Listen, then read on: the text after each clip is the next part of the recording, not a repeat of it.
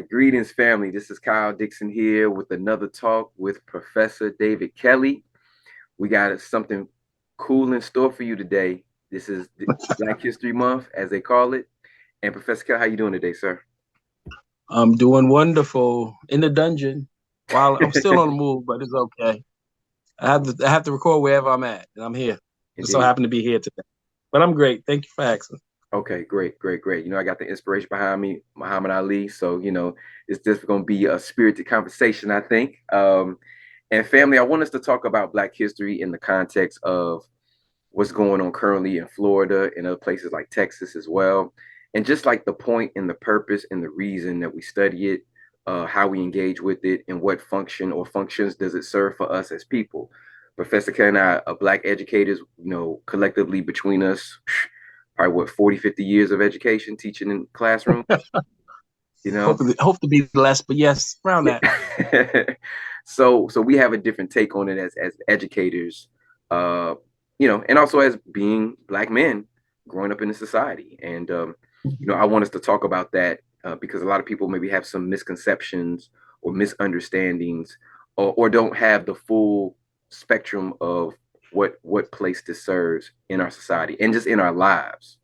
So, Professor Kelly, I want you to go into it. Like, I know we were talking earlier about like the functions that Black history so-called serves, or what we call Black Mhm. history. Yes. Black history serves one of the greatest. It serves the same purpose as it serves when you talk about other cultures and religions and whatever it may be. Absence of Black history is the absence of European history, the absence of Asian history, and all the other things that comes underneath it. Because all history technically starts with African history. Agree? So when you're talking about, the primary existence of human existence, the primary existence of human existence starts in Africa, northeast Africa, right? Mm-hmm. So if you're coming from there, as the saying goes, out of Africa, all history is pervasive, meaning that you're going to go in along with European history as well as Asian history, and it goes on and on like that. But why would history be important in regards to an individual of people? Because if you don't study history, you're more likely to repeat the same thing over and over again. We have seen that 4 or 5 thousand years ago when people coming out of places like Egypt, in the eastern portions of Asia, Mm-hmm. northern portions of I will say Europe. Because to be honest with you, Europe is really Asia. As far as I Right, right. struggle with that every day because there's no such thing as Europe. We say Europe, Point. but Europe really doesn't exist. It's Yeah, Asia. yeah. And in an educational sense, in a common sense, it's Asia. You know, Mm-hmm. North Asia, South Asia, East Right. Asia, West Asia. That's pretty much it. But we refer to the region as being Europe. Why? Because it's politics, and that's why we call it Europe. But ideally speaking, each one of them have similar histories, and all of our history is braided into one and the other. You Mm-hmm. wouldn't have Africans. After Africans, you get Middle Eastern people for the most part, right? Which Mm-hmm. is a direct DNA relationship. Because what we do in science, what we do is we look at the DNA, and the DNA shows you the details and the relationship as to one culture versus the next, Mm-hmm. that you are related by 40, 50%. Then you go further out in east, and you may even go further down south towards India and places towards China and Japan, and all of those people are related. Mm-hmm. The further away you go, the less related they'll be because guess what? They're intermarrying, and that DNA sampling is going to change every now and then as you get further and further away from the center. Right. But if you get closer to that center, you realize that everybody is related. Then you get further north, going up into Northern Asia or Europe, it gets further, further apart. Mm-hmm. But the center lies within. And the idea is that if you study that stuff, it gets to the crux of who we are as a person or people, is that we are really one people. There's no such thing as an Asian, European, or an African. There's a human being, Mm-hmm. and they function the same way, organically, socially, and emotionally. We all function the same way. So we need to get away from that topic of ethnicity, race, culture, and religion. Mm-hmm. But we really need to start promoting this humanity.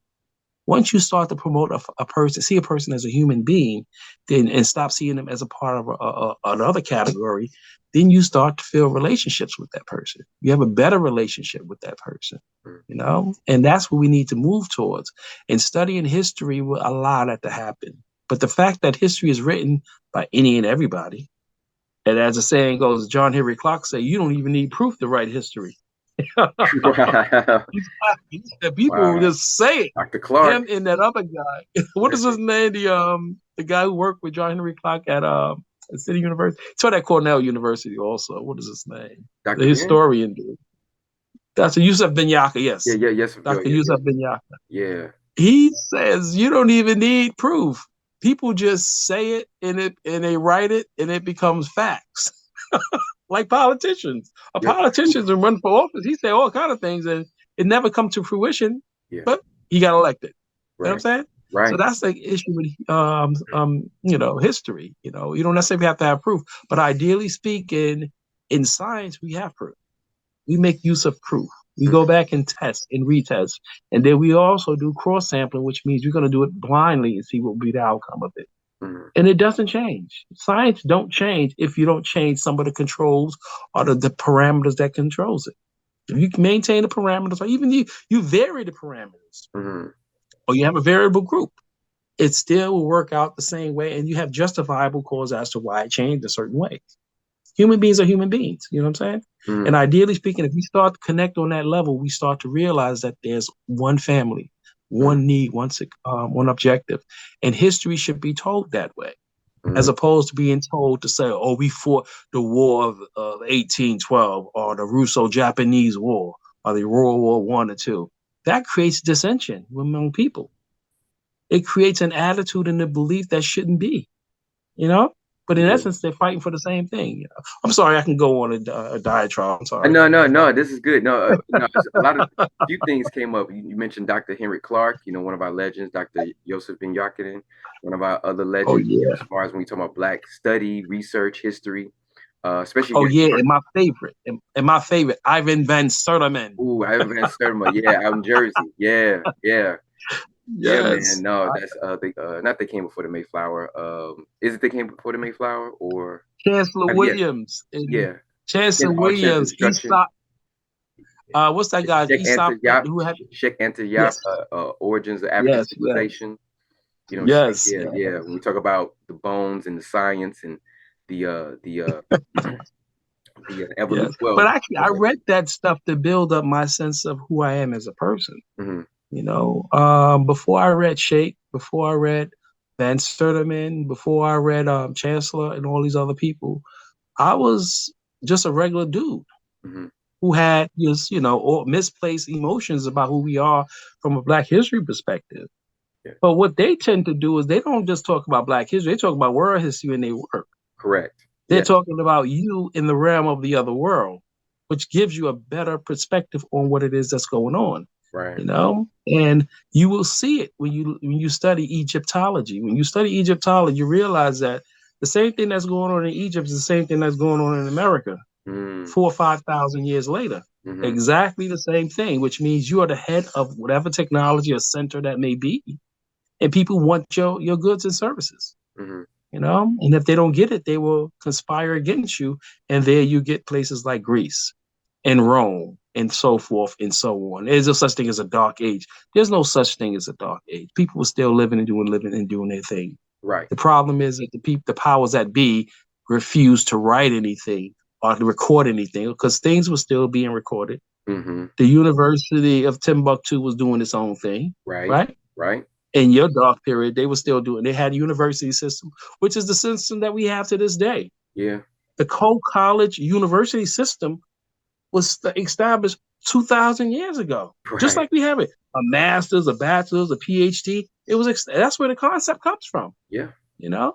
But yeah, you yeah. would say dark ages when in fact they was getting a college degree, and that actually, if you can actually go back and research and see that to be the case ipso facto. Mm-hmm. So it's a tough environment. But as far as teaching Black history in America and having a problem with woke theory, that's their attitude. They're talking about that woke theory. Yeah, well, well, they have You best. know, Well, not have best. They have. taken the woke theme, man, and just ran with it and did all types of stuff with it. Now it doesn't even have the same meaning it initially had. People have commodified it, and just now people just, oh, you woke, you woke. It's just it took away the power, took away the flavor of it, man. You know, like for me. Yeah. It made people who was once programmed for careers and jobs and work and making profit for their boss Mm-hmm. to make them more diversified, to see the world differently. And that's what it is. It's a threat to the structure that we have in existence today. So Definitely. if everybody become woke and they realize that they got talents that are beyond them and skills that can beyond them. And they have been unwoken and they are now able to be more than what they chose to be, like a 9 to 5 ish or a Right. CEO Right. or someone like that. They're locked in those careers for 40 years. And now you're awoken to realize that this is not what I want to do. And even worse, you realize that money has no value, wealth has no value. And you Mm-hmm. realize that what has real value is intangible relationships you have with people. And the relationships you have with people is key to your survival here on this planet. If you want food, communicate with people. Right. Food will be available to you. Need a place to live, communicate. You'll find that. Mm-hmm. All things that are needed can be communicated and they come to you. It don't have to be because of a job, because what job would do is, oh, I got a job and pay my bills. But ideally speaking, will you really pay your bills? Or you got another bill coming next month?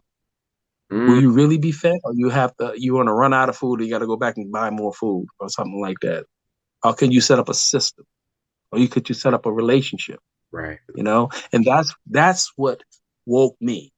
That you're no longer dependent upon a system that would. I mean, it was degraded from day one. It was built on an idea of work for me, I make the money, and I give you a portion of it, Mm-hmm. which is less than 1 to 2%, if anything. Mm-hmm. So it's a tough environment to be in. But the idea is that woke societies we have never seen woke societies in the history of our world. We look at the what we call the revolutionary period. What they call that period again? That period where in England, I think the 1400s, the 1300s, Oh, the Enlightenment period. yeah, yeah, then The you're right. Enlightenment period. Enlightenment. There you go. Yeah, If enlightenment. you're looking at the Enlightenment period is basically bringing us in line with law and order for the Mm-hmm. most part, looking at things from a scientific perspective and proving it to be the case. But what it did is it made us better as a people. It took us out of nomadic environment, Mm-hmm. using superstition and all this other stuff, practices, and it put us in a realm of science and order and Mm-hmm. predictions.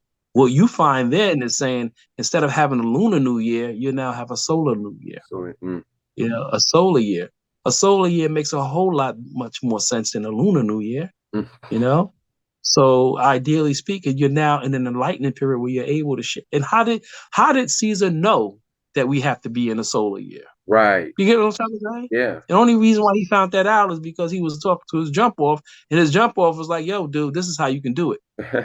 Word, yeah, I can do it. This way. You could be on the solar year, and everything could be consistent. In Christmas, every day the same year. New Year's, every day. Mm-hmm. Holidays, you put in your holidays, and it will be consistent all year round, and it will never change. Seasons doesn't matter. You Right. know, you learn that through communication. You didn't learn that by setting up some laws or having what we call a nomadic lifestyle, which they had all throughout of Asia, all throughout Europe. It was all nomadic. Even in the Americas, when you had when the Africans left America, and this is going to be tough for people to realize. When the Africans left America and it was inhabited by Europeans, which we call Native Americans. Now, Shake talks about that, and Yeah. also what is his name? John Henry Clark. They Mm-hmm. talk about that. And then they also talk about things that we really get really uncomfortable because it unhoused the very people who thought that this was theirs. When you said that they had miles up and down the Mississippi, when they had miles and they had people who celebrating miles throughout the United States, and Native American people who are really practicing African history, who you did not know that. Mm-hmm. But you're starting to realize that not only were they practicing your history, that you left and then you left that information for them to practice, which they practiced for the last Mm-hmm. 400 to 500 years after you left. That's tough. Yeah. That's tough. But they talk That's about that. And that comes in that woke theory. That comes in that concept of whoa, I didn't know that there was pyramids in America. Right. There was pyramids in America. Because if there was not pyramids in America, why is there pyramids in Mexico? All Ex- throughout Mexico, all throughout. in South America. All throughout. Exactly. Mound pyramids and step pyramids. Like, You know, you have to be one of the most ignorant person in the world to not think that there was pyramids in the mainland, if that is considered the mainland. right, You know, right, if you want to look at it from Pangea perspective, right. Yeah, but Pangea. it was there, and we know, and we see them there. We seen the mounds there. Yeah. But history is not going to tell you that because it empowers a population of people who need not be empowered. So if you empower a population of people who need not be empowered, therefore you can undo the system that you put together, which is built on manipulation. If I have a system built on manipulation, then I gotta keep you ignorant, dude. Definitely. I gotta keep you ignorant as long as possible so that I can keep this party running because I Running. need you to do for me. And there's nothing wrong with being truthful because the idea is this: the manipulator thinks that something is going to go wrong once they figure out the manipulation is you know, it Uh-huh. don't. Uh-huh. It's like anything else. Once you admit to something and you show justifiable reason as to why we should move in this direction, it's a part of it's part of the movement. Yeah. It's okay. We're not going to come in here and say, "Oh, you're lying," and it's going to be a recall. No, it's not that kind of party because Mm-hmm. you're dealing with a healthy population of people. You're dealing with people who are whole, who are not missing any parts.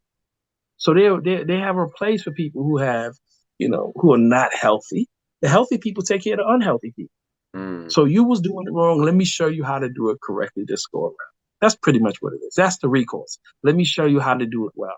Mm-hmm. Let me take away the manipulation and put in the realities that go in the consistency.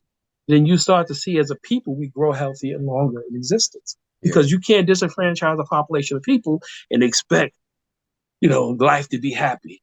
You know, Right. you Right. can't. If someone is disenfranchised, it's like having children. You have 3 or 4 kids, you only favor one of them and the other ones are suffering. How would you feel as a parent?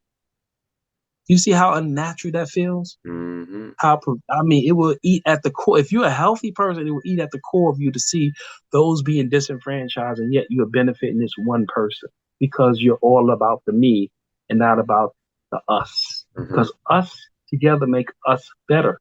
That is your child. They don't even have to be, and to be honest, based on the genetics, that is your child genetically. Mm-hmm. There's no such thing as a child in this world that is not genetically connected to their parent, to another person. There's an Asian guy born right now in Manchuria somewhere, right, who's genetically related to us. Ipso facto, by fact, no doubt. And the problem is, if you go beyond the 500-year scale that we put on this DNA pool and Mm-hmm. start going 2, 3, 4, 5,000 years, you start realizing that the guy in Manchuria is your family. We call them cousins, but in fact, they're family. Mm. And you know why they're family? Because guess what? Right. They Why? have a heart, a liver, a lung, and kidneys that function exactly like yours. And in science, we do a thing called comparative anatomy. And Mm-hmm. then comparative anatomy tells you that if these anatomies are functioning and acting the same way, they are the same thing. Mhm. Now let me interject You on know, you this, can. Professor Kelly. Let me interject on this because you have some people and some scientists and research that say that we all have hearts, kidneys, liver, lungs. We do all have that, but because as we as from more so closer to African descent than other ethnicities, that ours function in a different manner. Like the way it works, the way it is maybe susceptible to different illnesses or different climates that it functions differently. Like we all have these hearts and things and everything like that, but we are uniquely different as far as how our bodies respond and react to our environment. What would you say with that? The reality is this protein availability. That's all it is. Mm-hmm. One has more protein or less protein based on the environment that they're in. It comes down to that. Mm-hmm. Protein availability promotes the fact that you're going to have darker skin versus the other guy. Mm-hmm. You're going to have curlier hair versus the other guy. You're going to have thicker lips. You're going to have wider nose. That's protein production. And Mm-hmm. that can be ipso facto found within the DNA. And it tells you that a person who has more protein is going to have nappy, curly, coarse hair because they're producing protein at a higher rate. A Okay. person who's going to have blonde, straight hair is because they're producing protein at a lower rate. Not to say that they are the same people. Mm-hmm. That person is your family. You may refer to him, oh, he's an albino. How many, what most albinos come from Africa. So where Right. do you think where you make most light skinned people come from with blonde hair and blue eyes? They come from Africa. They are your family. Now, And now, the idea is that we need to stop. Yeah, I'm go sorry. ahead. I'm sorry. I'm not saying that a protein. Just for clarification, you talking about protein like eating protein or like what specific? Like No, protein production, like okay, DNA. Your DNA makes RNA makes protein. That's the okay, whole chain, right? right. Your DNA tells your body to make protein. Hmm. Something happens, growth, development, repair. Your DNA makes RNA makes protein. That's a classic environment. Okay. Some DNA is programmed to make more protein. Hmm. Some DNA is protein. Like for example, I'm African, so if I'm black, I'm more likely to make protein that's going to make it look like my skin is darker. What Hmm. is really telling me that my body has a high level of carbon production. Right. Okay. So Yeah. I take in carbon and I will produce darker skin because my body will process carbon in the form of melanin. Hmm. That's all it is. I will make use of carbon a little bit differently than the person who may be of lighter skin who make use of carbon. You Hmm. understand? Hmm. So the protein I'm going to be producing is called melanin. That melanin is going to be not only be used for my skin, but it's also going to be used for my brain and everything else that goes along with me. It's a thing called a circadian rhythm, which runs primarily with metabolism. I mean, with melatonin, right? Hmm. So ideally, if I produce more of that, I would have it play a role with my sleep system, my awake system, and how I go about my day, my balance, and all that is done with the protein production. But everybody have it. Hmm. Even if you don't have lighter skin or you have darker skin, we all have it. Just that some have more than others. Hmm. Same thing with a person with brown eyes versus a person with blue eyes. A person with brown eyes have more of that protein, thus their eyes is going to be brown. A person who have less is going to have blue eyes. Cool. Not to say that they're not the different, they're not the same. They are the exact same people. Hmm. It's just that they're making less protein. It's just like a guy. Who would be a better athlete? The guy who's 7'2" or the guy who's 6'5"? They both on the same team, right? They Right. both has usability, right? Yeah. Should you take one out, or you can you separate one versus the other and they still win? No, they're the same, and that's what it comes down to. So when you look at one versus the other, it becomes that kind of environment. Then the argument is Hmm. environment. How has the environment impacted DNA? It does, because the environment has a 50% chance of affecting that. So you say, for example, why is this guy who has much more muscles and more robust than the guy who may be slimmer and thinner? The reason why it is because of the way his body's going to process that protein. Hmm. One will process it differently, will give him more muscle mass. One will do it otherwise. Environment would also tell you that if you have access to certain foods, it will become a part of your DNA change. Your DNA change is based on the type of food you eat. Most people don't think about that, but it is okay. If I have access to a high protein diet, I'm going to be a bigger person. Hmm. If I have access to a lower protein diet, I'm going to be a smaller person. If I Hmm. have access to fats, a lack of carbohydrates, those are going to impact my DNA production. So if I have more or less of those proteins, or I mean those carbs or fats or proteins, it may have an effect on my phenotype, how I look physically, and it also going to have effect on my genotype, with how my genes are. So Hmm. even way it doesn't matter, there's no such thing, and we need to really make a push against this thing called racism in history and all this other stuff. Because ideally speaking, the scientists are not getting the voices that we need.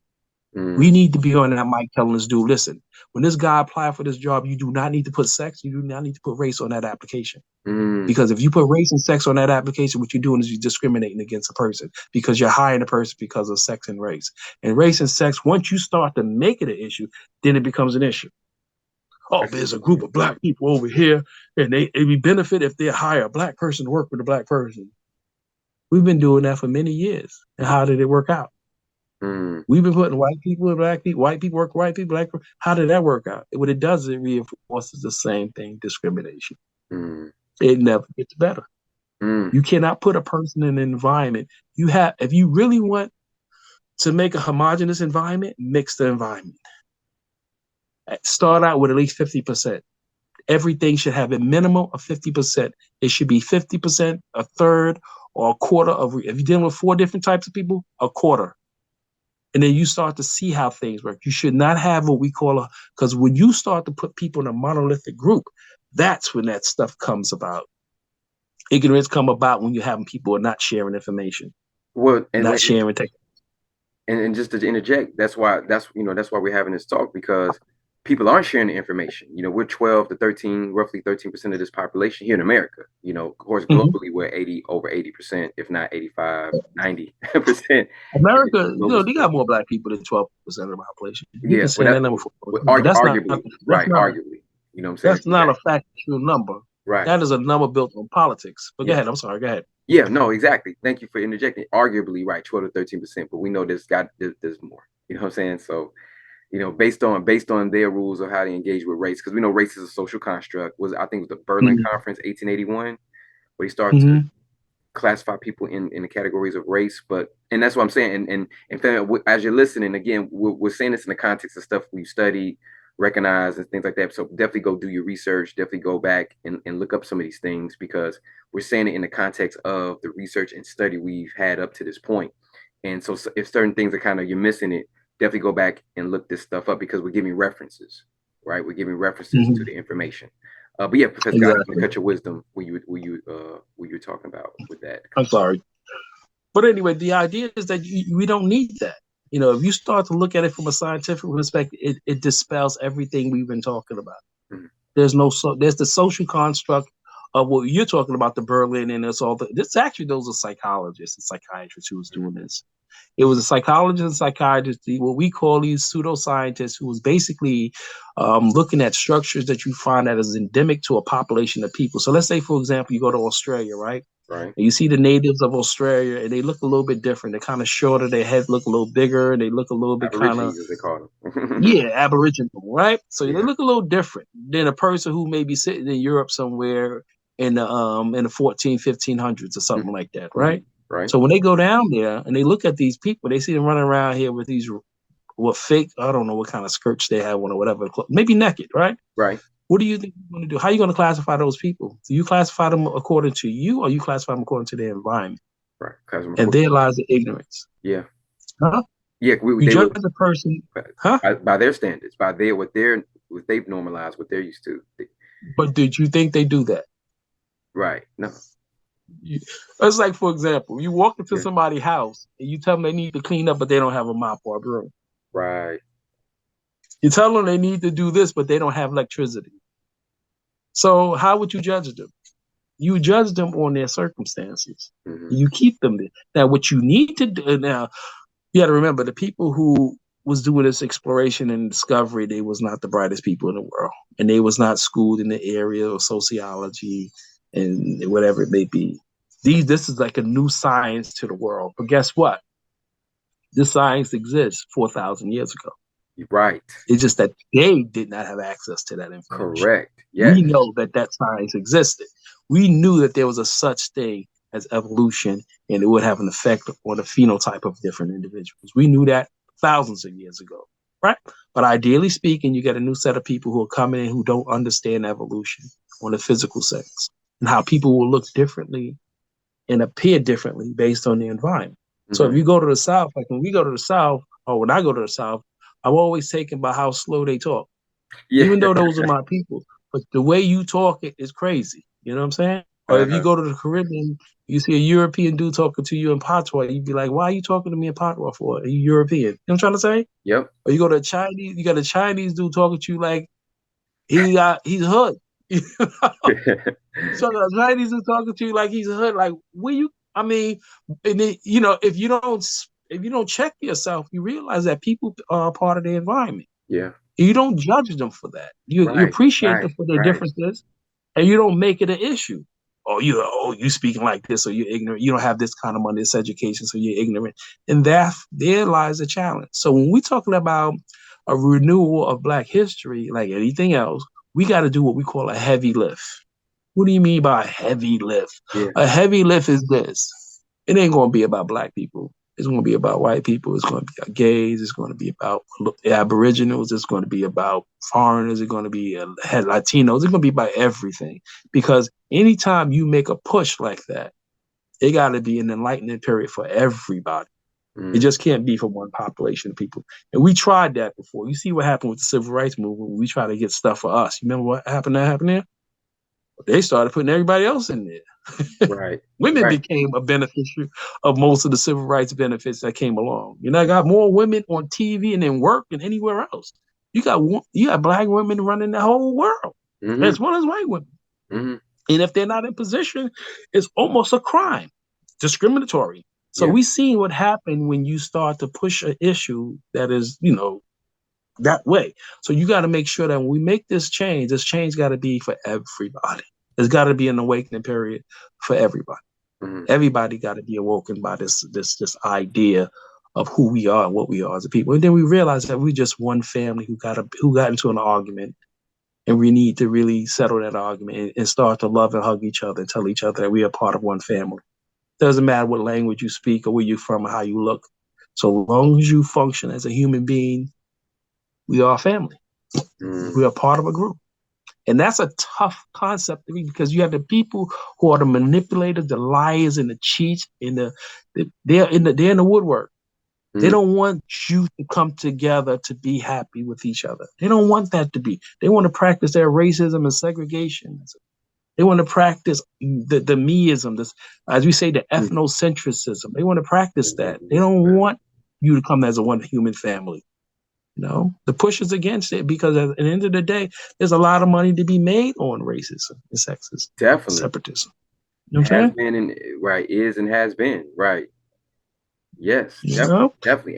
And just to So chime in on that, because there's people, there's organizations, there's entities that right don't want to see that happen. And what about the and I'm paying contrarian, because I know that people who may have questions. If you have them, definitely put them down below, family. Those people whose job or whose perspective with positions of so-called power to help not make that happen, to say no, you are different, and because you're different, you're less than. And I think that's the issue. One of mhm. the main issues I have is that yeah, we're all different, and I'm okay with that. That's fine. But it's those who use the difference as Yeah. a lesser than, as a superior, inferior, complex dynamic, And I want you to Yeah. speak on that. And then they tack a dollar to it later on down the line. You Oh yes, know? yes. They tack a dollar to it because they realize that, what, so long as you are ignorant, we're going to put some money into the system to make sure that we can help you become more sufficient, you know? So Mm-hmm. they'll put some money to help you get out the shelter, to move into an apartment, get you a free education through some financial aid, tap and Pell, and all this other stuff. They also may even donate some money to you so that you can actually get a scholarship to go to school to become a great worker for Mm. someone. Here lies the greatest NASA worker who came through some financial aid program. But what they're really doing is they monetizing the differences. And you see it in the Black community all the time. We seen it. We call them poverty pimps. You remember those people? Yes. Yeah. Poverty pimps running around here with the suit on and the gift of gab and the Now they're on the what is that internet. movie that we see with Billy D. Williams? What was that movie? With mahogany? Yeah, Okay. out there being the Oh, man, like hey, oh, trying to man, get don't these don't say people. that to a number of black folks, man. You have them on, you'll be on their bad list, brother. You said mahogany, Yeah, that's like they movie. That's their movie right but there. So yeah, but you know what he was trying to do.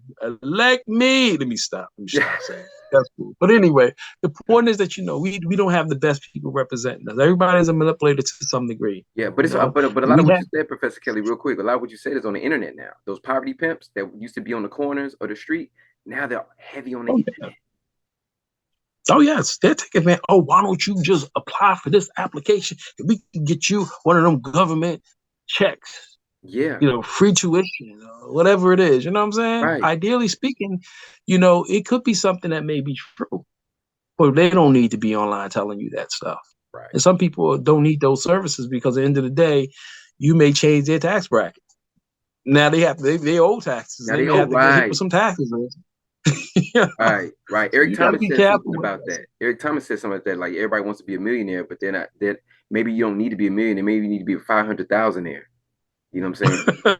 Because those tax brackets, you're not ready to pay those Yeah. taxes. You know what I'm saying? I was like, wow, that's interesting. Dr. Eric Thomas said that. Like, Yes. our preacher. Yeah, he's like, maybe you don't want to be a millionaire because Yeah. But ideally speaking, we don't have the best people representing us in government. We don't have the best people representing us in life in general. And therefore, we create this dissension. And, you know, there's a lot of let's talk about the facts. The mm-hmm, facts is this. Do you want to lose property value in your neighborhood? Do you want to go to a school that is less efficient, meaning that your kids are not gonna get the best form of education, mm-hmm, right? Mm-hmm. You want to live in an area that is high in crime. These are the things that really concerns people. But what they're really doing is they're making you scared. You're more scared than it is facts, right? So Right. do you want to live in an area that's high in crime? Do you want to live in an area that may be heavily polluted, that may not be clean, that has graffiti, all of these things are coming up. These are fear tactics designed to get people to say, you know what? I don't want them in my neighborhood. Mm-hmm. You know? So if Right. your house is worth $4.5 million and you're going to get a low income population, people moving into that neighborhood, now your property value is only worth 200,000, right? Right. Do you feel bad about that? You may have dropped the 4.5 million on it, but when did you start monetizing housing? Mm-hmm. And should you be monetizing housing? Mm-hmm. When did your house become a part of the stock market, whereby now we using your house as a gambling technique so you can gain what we call wealth? Mm-hmm. That is the problem. Because to be honest with you, when you bought the house primarily to gain wealth, to accrue wealth over time, right? Right. So we have to reimagine that. That's hard for people to realize. Oh, hold up. Yeah. I bought the house for 750. I gotta I gotta change that concept. Yes, you gotta change that concept. How do I begin? Right. But Where the do I idea is begin? that yeah, because if you ever thought about the idea of not having your house as an investment, and another thing when it comes to education and the school system, oh, what makes your school better than my school? Mm-hmm. It's a thing called accreditation, right? Right. So based on the number of students who go here who are more likely to go to college and basically have better careers, and therefore these are better schools, these are A-rated schools. Why? Because they pass a state test and they pass at a higher rate. So that school's going to get an A rating. This school did not do well, they get a B rating and so forth and so on. So Right. the worst schools, and you ever see the list of the schools that in the hood? Oh my God, they're not even on the list. Right. And It's like a list, and then it's like another ride, another list. Like, yes. they're not even on the list, which tells us that that school is not even performing, you Yeah. know? They're not competing on So that level. the idea is how do you get your school to the function on that level? Get it? So Right. now as we peel back this onion, this is a hard onion to peel back because it's gonna hit at the very things that you take for granted. Like you have a parent who has no respect for a formal education, who Mm. have zero form of respect for a traditional job, who have no respect, who is about the hustle or may not be about the hustle, Yeah. who have no respect for who they are as a person and look to the other class as being better than themselves because that's what's going to come up. Yeah. All of those things become an issue. So now, if you really want to go there, that's what we got to do. Mm-hmm. Take the things you take for granted and de-commoditize them. Take the value out.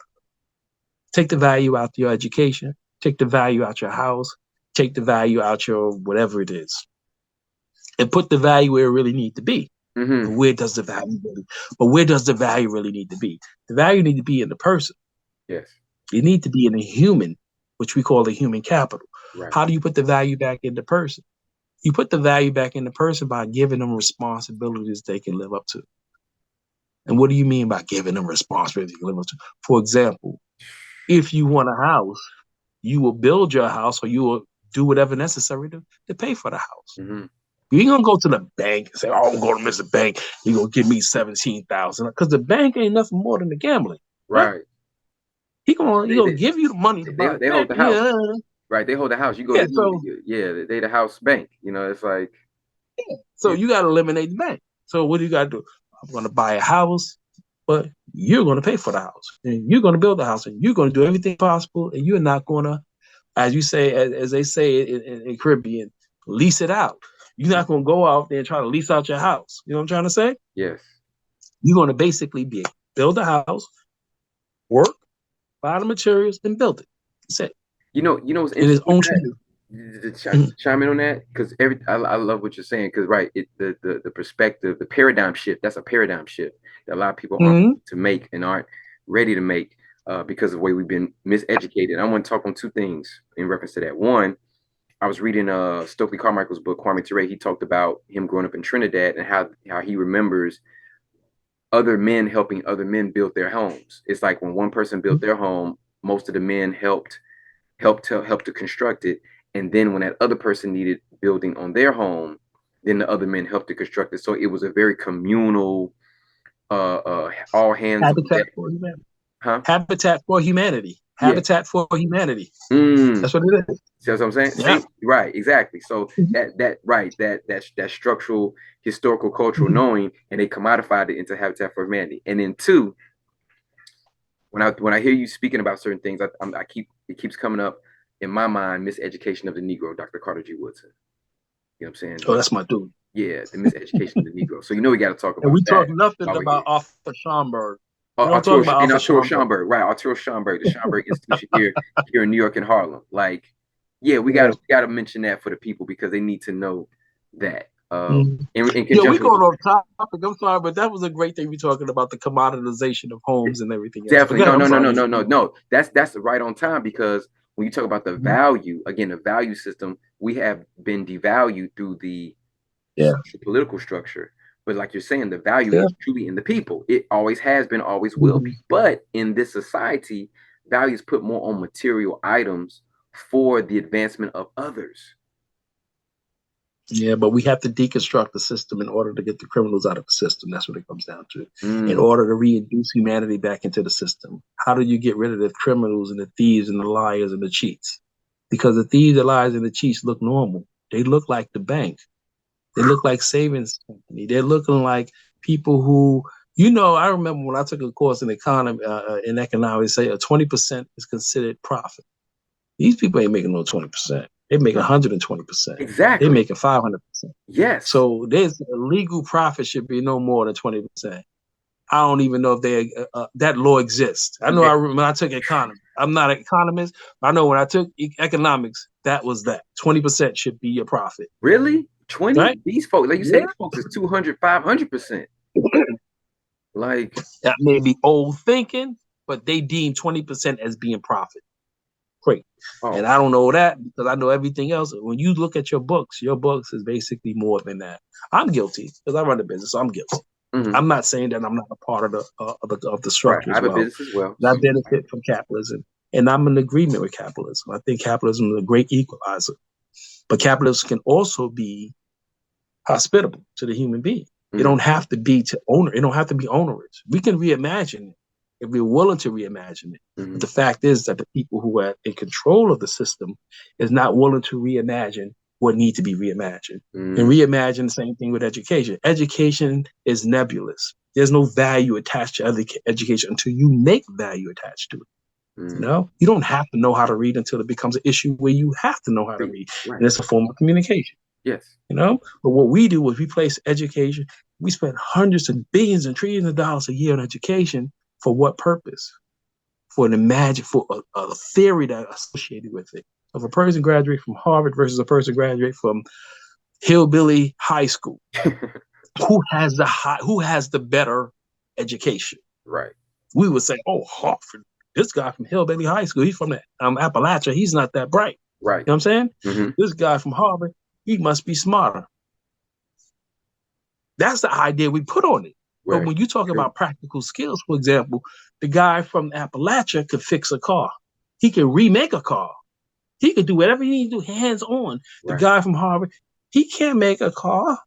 He can't do anything that's going to put food on his table other than theory. Because Right. I theory was don't put about to money say on he could theorize a car. He can know how the car works, but he doesn't know it. Yeah. he or she don't know how to build it, don't know the material.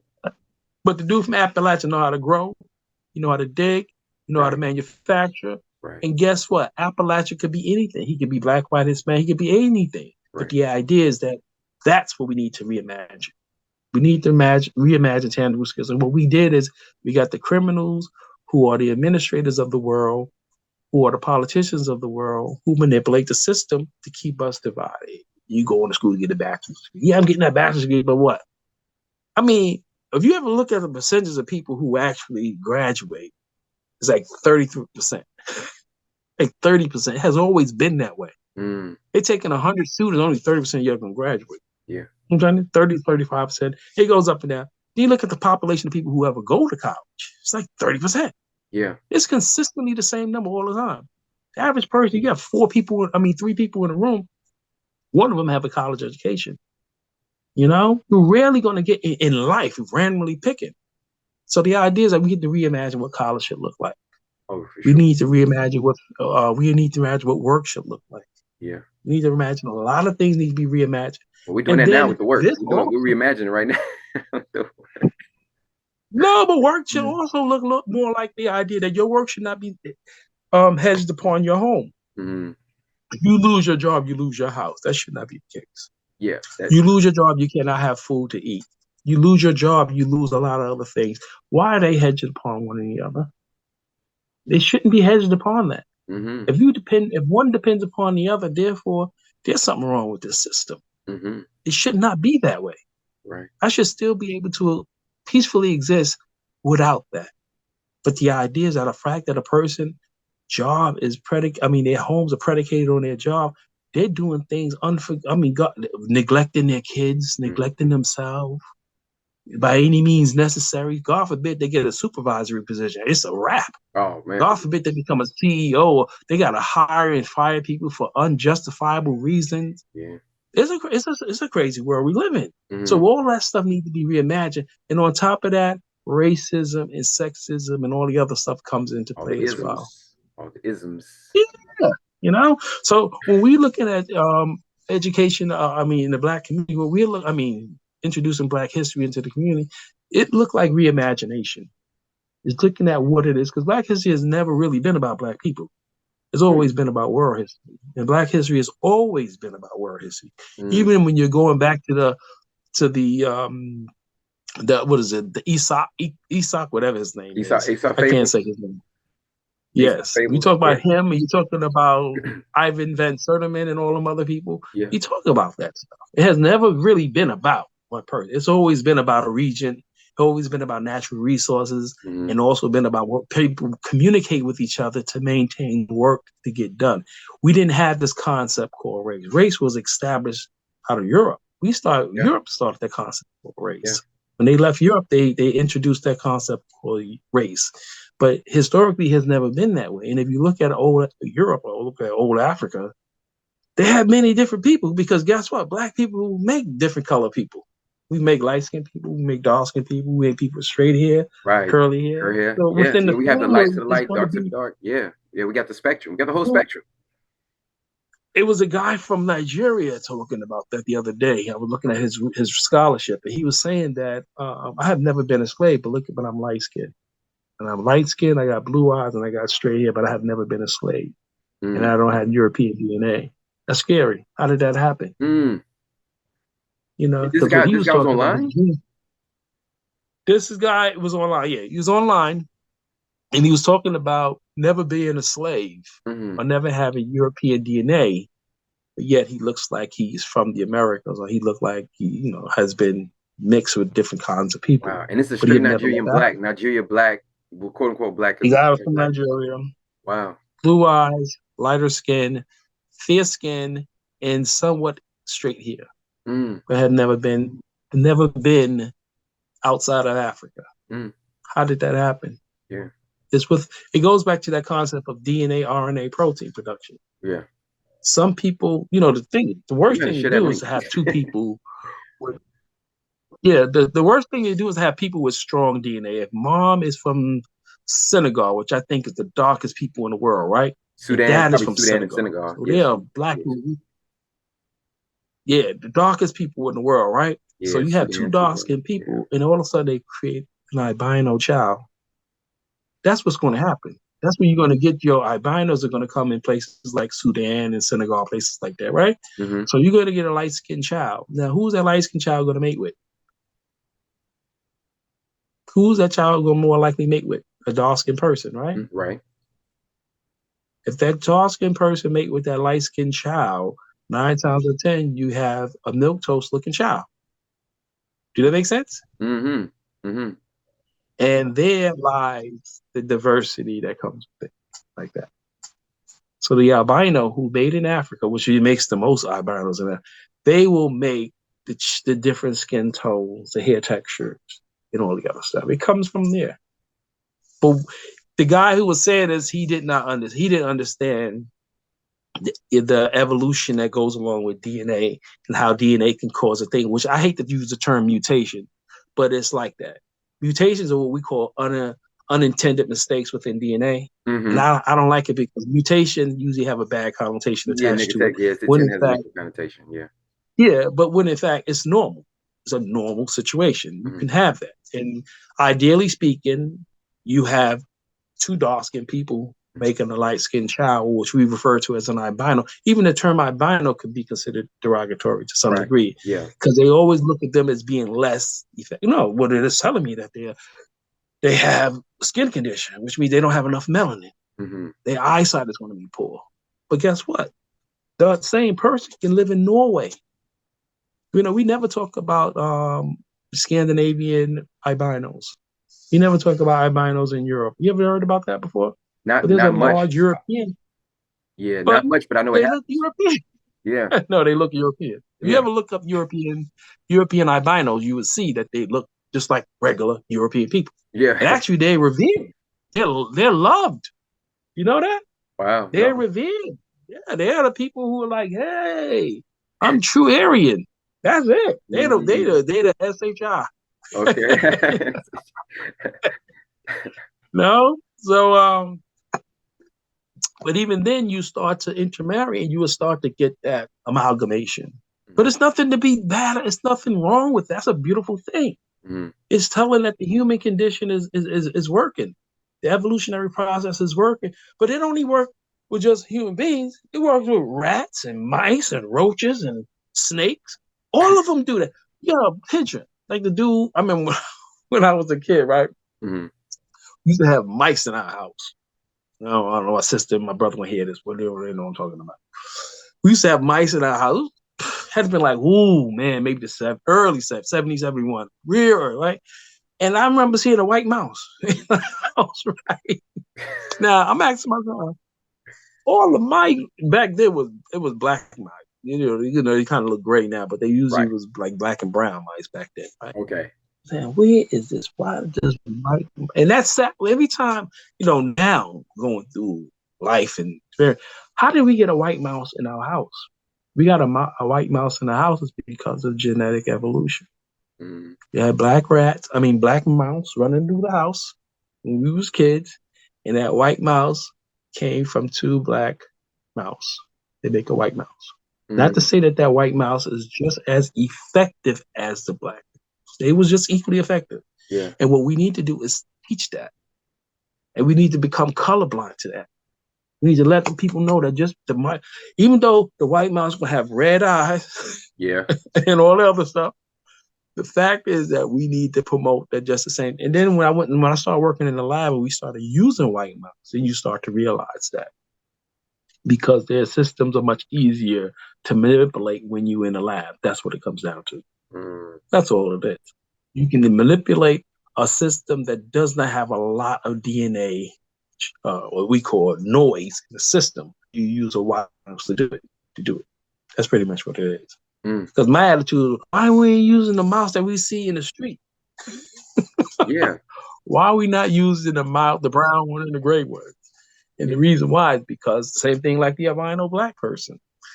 There's less protein in the system to interfere with what it is you're trying to do.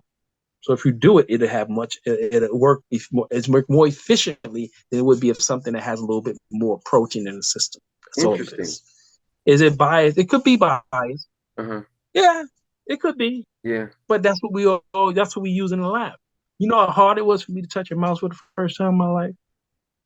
You talk about a person who come from the hood. I ain't touching nobody. What are you Right. talking about? Right. We put traps, we put poison. Right. But Yeah. a couple of times now you in there touching them, you're moving them around, you're holding, you're petting them, and you're talking to them. Why am I got? This is not my friend, Right. but I'm holding you like. This is a Michael Jackson Ben. This isn't a Ben scenario. It's like this Yeah, like but they become that way because human beings and animals, we all the same family. mm-hmm. They have families. They eat, they reproduce, Yeah. They have frightened, they happy, they sad. You start to you can be a pet like the thing here in New York. I have a problem with people with pets, man. Dogs, man. I mean, that really gets on my nerve because they let their dogs just defecate Yeah, everywhere. that's that. You know what I'm Yes, saying? yes, yes, family. That's the thing here. Human, You would be letting their dog defecate on the sidewalk. Don't clean it up. Defecate in the little part where the trees are at. I'm like, come on, man. Like, what's going on with y'all? and I said, why does this? And then why isn't that? And sanitation doesn't give tickets for that. They just let that exist. Yeah, because You know what I'm it's so saying? They rampant. should be giving tickets. It's so, Yeah. but I agree No, with my you. If they concern start is giving this. tickets, if they start giving tickets for that here, people, yeah, over time, people like, look, I My don't. concern is this. Why would you need a pet? Yes, I'm asking, why would you need a pet? right. What is the purpose for you to have a dog? Yes, companionship. They say. I mean, and then I'm in Manhattan most of the time, and I'm seeing all these people walking around with a dog. I mean, you came out your house to walk a dog. Are you serious? You can't. Right. Hold on, you took time out your schedule to come outside with a chain, put it in, and walk down the street.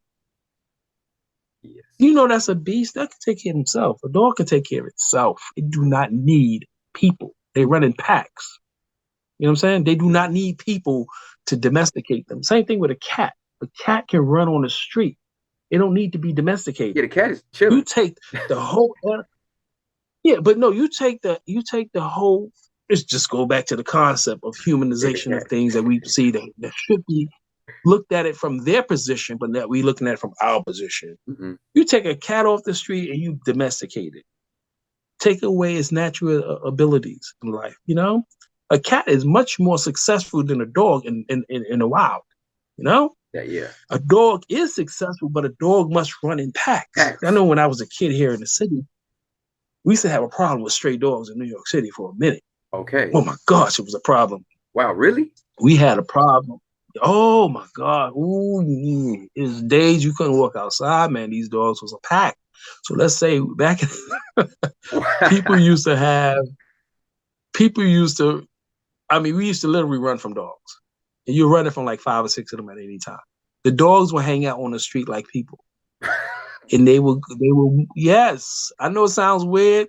You Yeah. may not understand it, but some people out there who listening to me who lived in New York City between the late 60s and the 70s. Yeah. I think it went away around the 80s because that's when they came with the euthanization thing with the ASPCA and all that. But Uh-huh. trust me, dogs were like people on the street.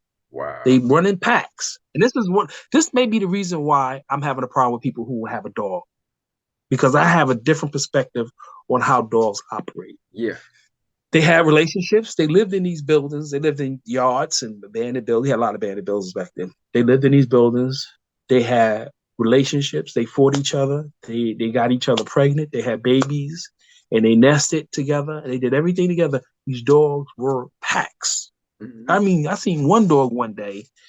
He went and got another dog. Now I'm sitting in front I'm parked in front. I was parked, right? Hmm. I seen the dog come down the street. The other dog was behind the gate in the auto repair place, Yeah. right?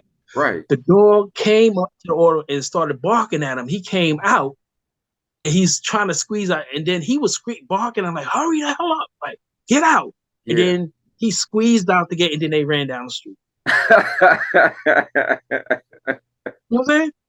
Yeah. I'm like, yo, like you came down the street to go hook up with your boy. Yeah. He came out the house and they ran down the street together. What does that tell you? Oh goodness. You know what I'm saying? Yeah. And but beyond that, I'm telling you, when I was coming up as a kid, we used to have dogs was ran in packs, and people used to run from them. And if they see you, and then you get some crazy people who's to try to domesticate the stray dog. We used to call them stray dogs. They Yeah. try to domesticate the stray dogs. They'd come out and feed them and pet them. And these dogs will be mange. You know what the mange is, right? Some of them Yeah. will be losing their fur. They be, Yeah. oh my gosh. And they try to domesticate these dogs, you know? But somewhere around in the 80s, they came with this thing called euthanization, which is actually what they did is they started rounding up all of these dogs and euthanizing them. And that's one of the reasons why now, if you walk around New York, you don't see stray dogs. You No. rarely see a stray dog, Yeah, you rarely. Yeah. you know? never see it. Same thing with certain cats too. They started euthanizing cats too. Mm. You know, they were euthanizing dogs because it was just too many of them. And you will see a whole pack. Having a pack of dogs was a normal thing. If you go back and look at some of the older videos of New York City stray dogs, you'll see Yeah. exactly what I'm talking. And they Okay. was all mutts primarily. Yeah. You know, but that's interesting. That's You jogged my memory, buddy. that's wild. That's what no, because I'm family. I mainly grew up down south, so we didn't have stray dogs like that, but we had stray dogs, like people's dogs who got away. So you'd be walking through neighborhoods and you see a dog down the Yeah, street, like, well, hold on, like, should I but keep yeah, going? in I those gotta tread places. carefully. But but think about it. In let's say you living in the South or you live in the Caribbean or something like that, or in Yeah, Africa. I saw that in the Caribbean too. Those dogs was designed for protecting the lot. Yeah. The food, the other livestock, the dog was basically security. You didn't have to walk the dog. The dog would just go from the. You ever been to the Caribbean before? Oh, They facts. They just do. send the animals out, They do. right? They walk beside them. There's no leash. There's no leash on there. Yeah. No. I'd have No. leashes. My friends that have leashes growing. That was a rare thing. To see somebody walking with a leash with their dog. They would all just walk beside them. They Yeah. just walk with them. Yeah. And if you go to Caribbean, I remember one time I think I was in Jamaica or something like that, right?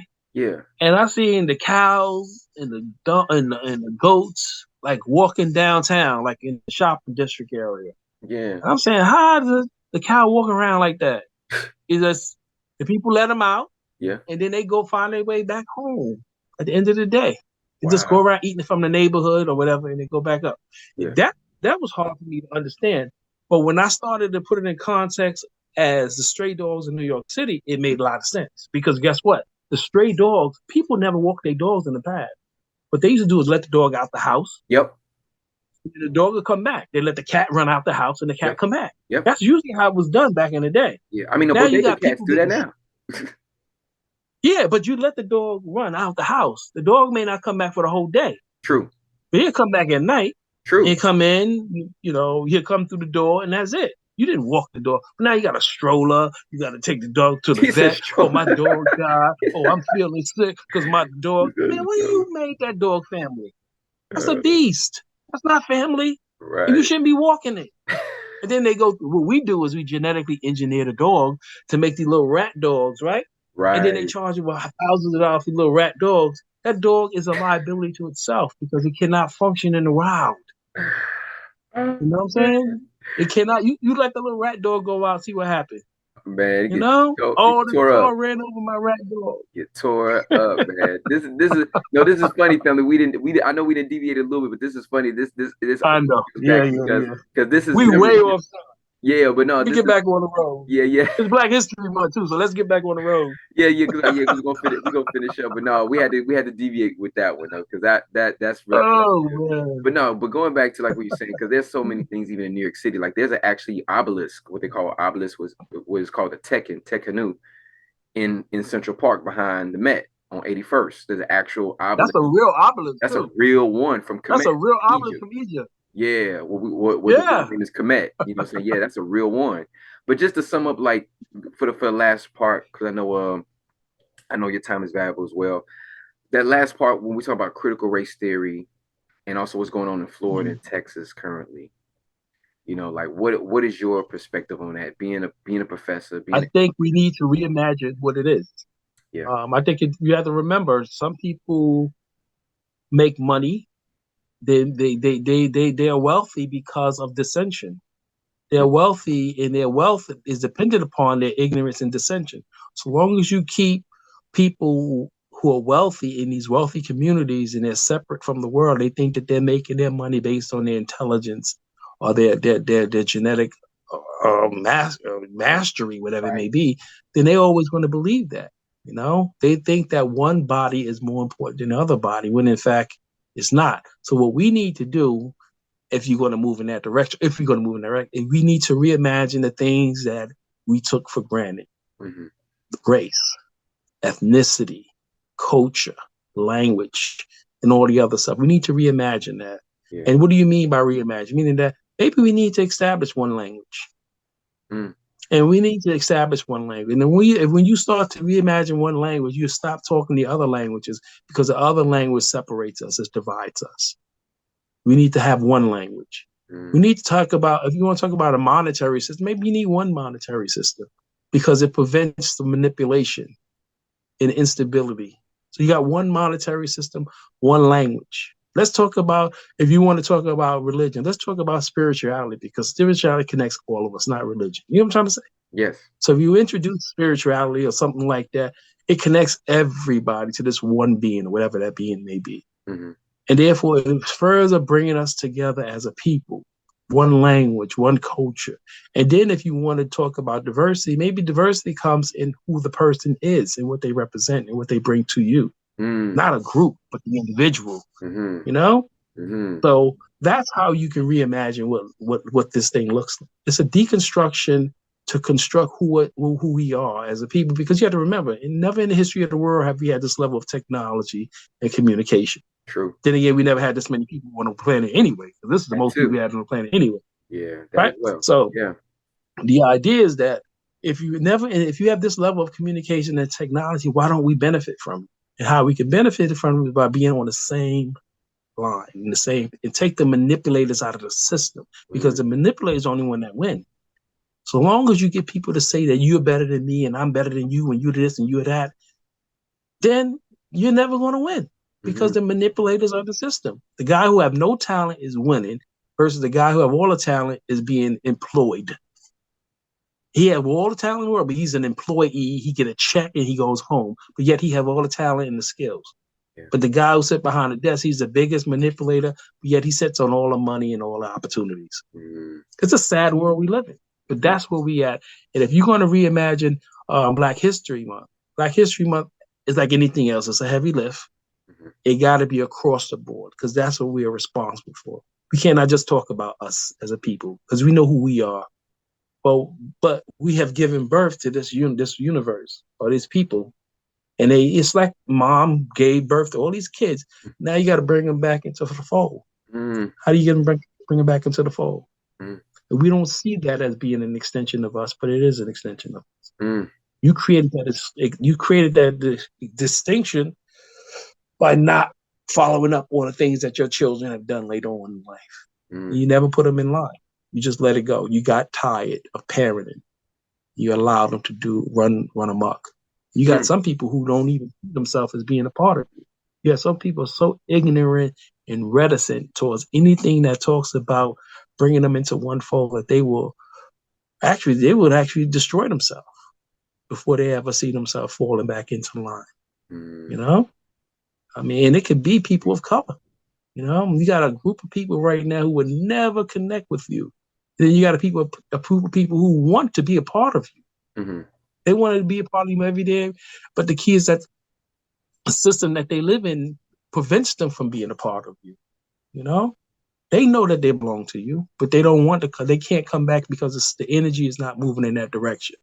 There was a young lady who talks about she's married to a black man, then she's married to a white man.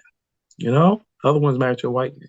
Mm, And the idea is that you're married, so it doesn't matter what color or race is. How is that relationship progressing? It shouldn't be about race. mm, Because if you close your eyes, these men are going to behave identically the same. mm, They're going to love you if they're going to love you. They're going to hate you if they're going to take care of you if they want you. They're going to do the same thing. There's no wholesale value on who treats you well versus who don't treat you well. People mm, are people, mm, you know? No. So the idea is if you're going to reintroduce Black history, I mean, if you're going to introduce real Black history to the system, that's how you got to talk about it, mm. you know? But you got to remember, be careful what we say.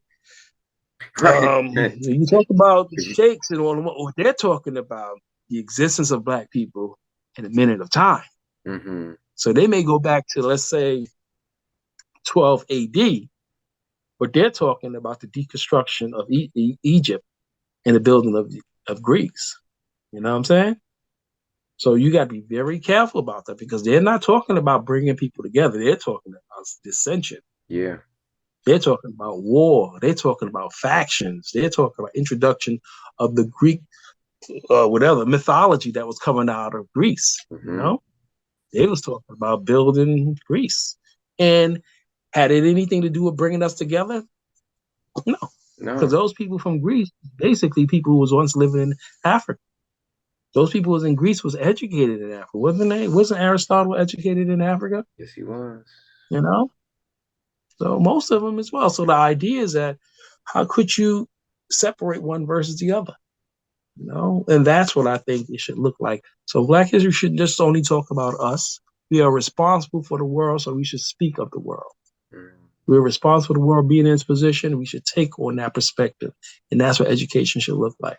It should not look like, oh, I want to make sure Malcolm X is in the history. But I don't want Malcolm X is a great brother. Don't get me wrong, Malcolm X is but my guy. Malcolm X was under the tutelage. But Malcolm X got all that information from John Henry Clark. Literally Yes, sat down yes, he did. and took that information from my dude. Yes, he did. And that's one of the reasons why he sounded the way he did, because he didn't know that information. He didn't know that. No, he didn't. Henry Clark. Huh? No, you're right. He didn't know. No, he took it. Malcolm did not know that. You are. He's correct, family. That's why you have to look up Yeah. Dr. John Henry Clark. Malcolm X. That was his friend, but that was also his teacher. Like he schooled Malcolm because Dr. Clark did the research. Yes. And Dr. Clark also knew Schomburg. You know, Arthur And Schomburg. that he met Schomburg in the 30s, and that's where he got his information Mm-hmm. from. He didn't know that his information was greater than what it is, you know? Yeah. And all the other things that comes along with this, like these temples all over the world and these Madonnas they have all over the world. Yeah. Where do they come from? Right. You know, why do everybody's giving these Madonnas over here? You know, all of these things are concerning, but the idea is that if you're going to do this, we got to do it from a world perspective. It cannot be an individual effort. It got to be awakening of the world to let them know that you're a part of a greater family, dude. We're bringing you back into the fold. I don't give a hell if you're from Germany, Sweden, South Africa, Australia, the Falkland Islands in South America. We're bringing them back into the fold. And that's what helped. That's what will help all of them. And that will deal with the resentment and the ignorance that comes along with that. Because you're going to have a lot of ignorance. And the ignorance is usually going to be predicated on money and opportunity and levels of success. Because that's the only reason why you separate people, right? Who will make one group better than the other? Right. You know what I'm saying? Like, for example, you want to vacate, you want to go to Argentina to live, or you want to go to Germany to live? Where you want to live? Argentina or Germany? And the first thing they're going to come to you who have a better economy. Mm. That's what it comes down to. Facts, family. You know? Facts. No, this is It comes down to the economy. So, but if you will separate that concept and say, no, they have the same situation. Right. We are one people trying to strive for a better life.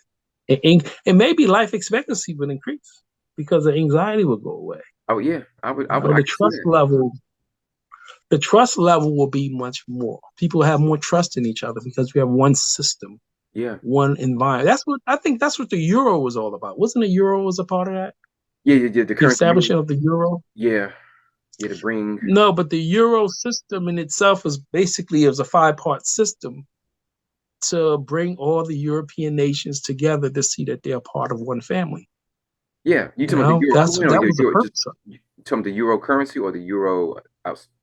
Another concept. The currency was one of the many steps. Right. One of the many steps was the currency, and even then that became an issue because you got the criminals came in to say, you know what, I'm not putting my sterling into the euro. So England say, you know what, I want to keep my sterling because my sterling is worth a lot more money. More than that, yeah. So if one person pull out and everybody else is in, how do you think they feel?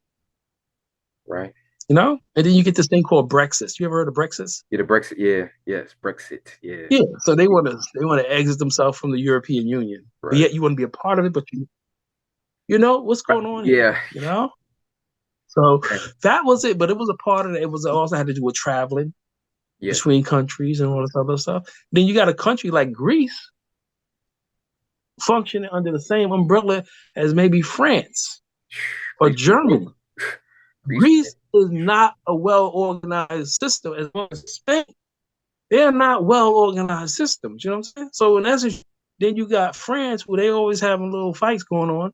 So that whole, I don't know if European Union concept worked, but it was an attempt to do so. Right, but that was the attempt. But you and I both know the strength of the European dollar comes from by way of politically Africa, by the resources that they've not manufactured, but they commodified and turned into product. Like, and Yeah, but what you yeah, just said was kind of dissension. yeah, What you create right now is strife. Your statement has strife attached to it because guess what? It's saying, oh, you taking advantage of these people by taking their raw material and profitizing it internationally. mm-hmm. That creates strife in the person. But what we could, let me reverse that and say it differently. This is Okay, the educated in me. okay, okay, What you would say is this. You know that the Europeans, basically their commodity is based primarily on foreign trade, right? right, Cool. So in essence, instead of having them take, they will partner with them and build equally within those countries. So mm-hmm. they will build and create the what we call a universal system within that system Mm-hmm. that not only include Africa but also includes the Americas and Asia as well. So you're building a country that look homogenous with everybody, as opposed to taking that money from whatever it is you're doing or that raw material, taking it over to Germany and selling it to Germany for an exorbitant amount of money Mm-hmm. and having Germany make these computers from material that came out of Africa Mm-hmm. because you never put money back in Africa. You just took it and ran with it. That Right, creates dissension. right, You say, I took the material out of there, I'll create manufacturing companies within Africa to be able to recruit engineers from India, America, and all to live there to develop and also develop the people that live there as well. And we work under one accord that that lessens the dissension. yes, You know what I'm trying to say? yes, I do, That is yes, the way you have to walk. It's like walking backwards mm-hmm. because everything we do has because we live in a negative world. I mean, you don't know what negativity is until you someone tell you what it is. Like even the fact that you choose a color of your car is negative. Why you chose a black car as opposed to a white car? Why you chose this one versus that one? And Mm-hmm. there's negativity built into that. There's Mm-hmm. an attitude that's built into why you choose a particular car. You know what I'm Yeah, trying to say? yeah, And ideally speaking, it creates dissension in itself. But the key is that you have to identify what is considered negative. And when you start talking about the evils of the world, trade is number one. And it's a profit built into it. yeah, It's raw materials versus finished material. yes, It have to do with power and politics, and also have to do with what Ukraine is going through right now. mm-hmm. Ukraine is basically fighting the war because of raw materials. That's what this is about. Have nothing to do with the the NATO. Have everything to do with access to raw material. Mm-hmm. And the Russians want access to their material. Yeah, That's what it comes down to. Can I get this material? No. So we're going to fight. That's what this is all about. And mm-hmm. it creates this dissension as opposed to saying, you know what? You can have access to this material, but at the same time, the people who's going to have access to this is going to build Ukraine into a healthy environment. We're all going to share in the profits that comes from this. And not only people from Ukraine is going to be a part of this, people from Finland and what's the other neighboring country that may be a part of that? Bulgaria, I don't know, whatever it is. Right, So all yeah, of them is going to share in that whole process. So it becomes a center for everyone to grow and develop. But the fact is that we're greedy, we're selfish, we're ignorant. I want my profits to go up every day, and I don't want to share my profits. That's the mindset we have, you mm-hmm. know. But we have to reimagine that, and reimagine that meaning that we have to fall on one line. That one line, and it could be done. It could be done. Yeah, It could be done so long as someone or we start talking in that accord, you mm-hmm. know, and start talking about how we can all create this one union, all on the same page, all doing the same thing, and fight against the ignorance that's trying to stop us from doing it. For example, oh, I don't want to practice that religion because no, we're not practicing your religion. We practice spirituality, which means we're going to pray to God, whoever your God may be. Mm-hmm. Move on to the next one. Mm-hmm. You practice. You're gonna do it on the Sunday. You do whatever day you want to do it on. It doesn't matter. Mm-hmm. Don't have to be Sunday. It got to be Friday. Got to whatever. Want to do a sun up, sun down? It doesn't matter. This is how we do it. Yeah, Can we move on and make it as generic as possible? Same thing when it comes to politics. What is politics? Self-government. Take away the politicians because the politicians are usually the criminals in the system. What do you mean by self-government? For example, you have a problem with water, right? You're going to run pipes down the system. Cool. The pipe is going to be run down the house. Down the neighborhood or the city or the town. Who's going to maintain it? You're going to have engineers maintain it. Who will pay them? They will get paid from the money that is collected for the people to maintain it. So if they maintain it for $100,000 a year, The people who will get that will be excess to the people that's their salaries working it because it comes directly from them. And there's no middleman attached to it, like politicians who push it. Oh, we got a union. Oh, we got to make sure that we, you know what I'm trying to say? Mm-hmm. So you eliminate the middleman, which is the politicians, who's always going to be the criminals in the system.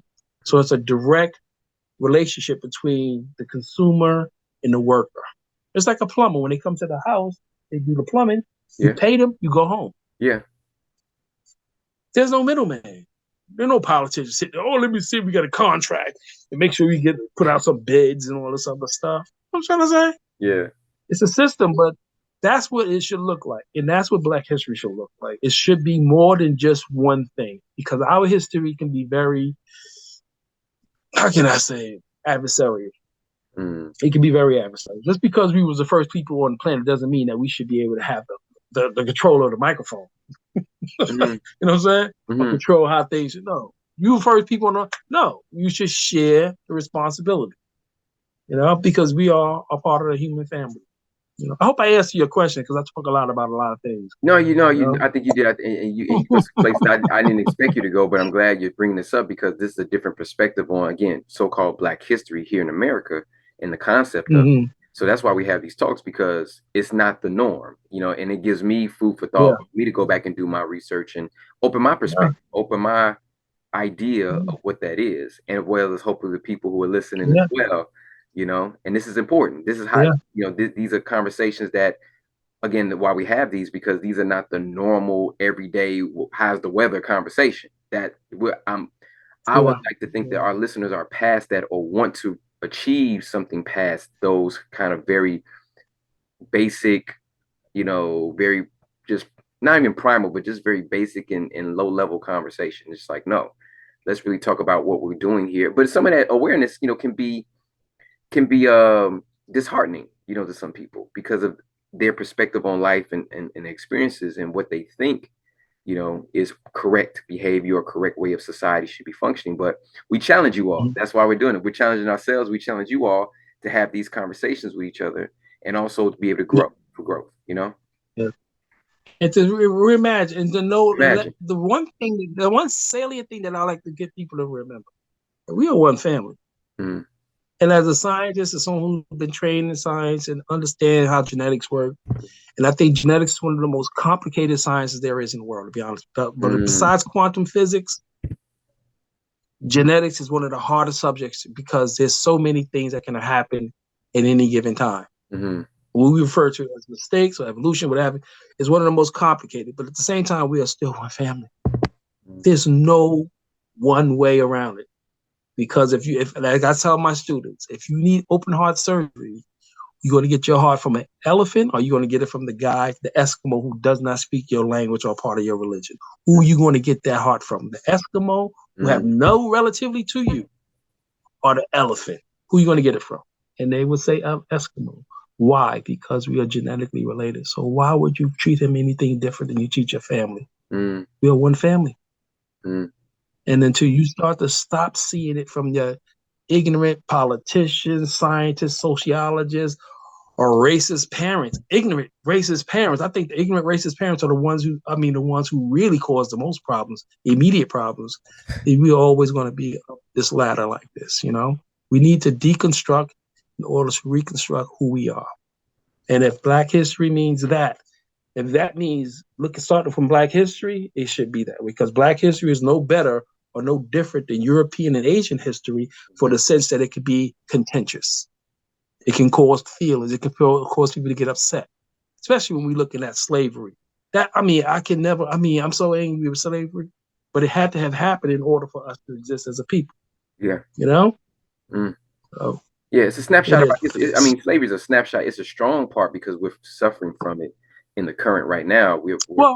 But it's a snapshot. Slavery had happened, but we remember, you fail to realize that European slavery went on much longer and had more death attached to it. So we don't talk about European history and we talk about European slavery. American slavery, when it was on too long too.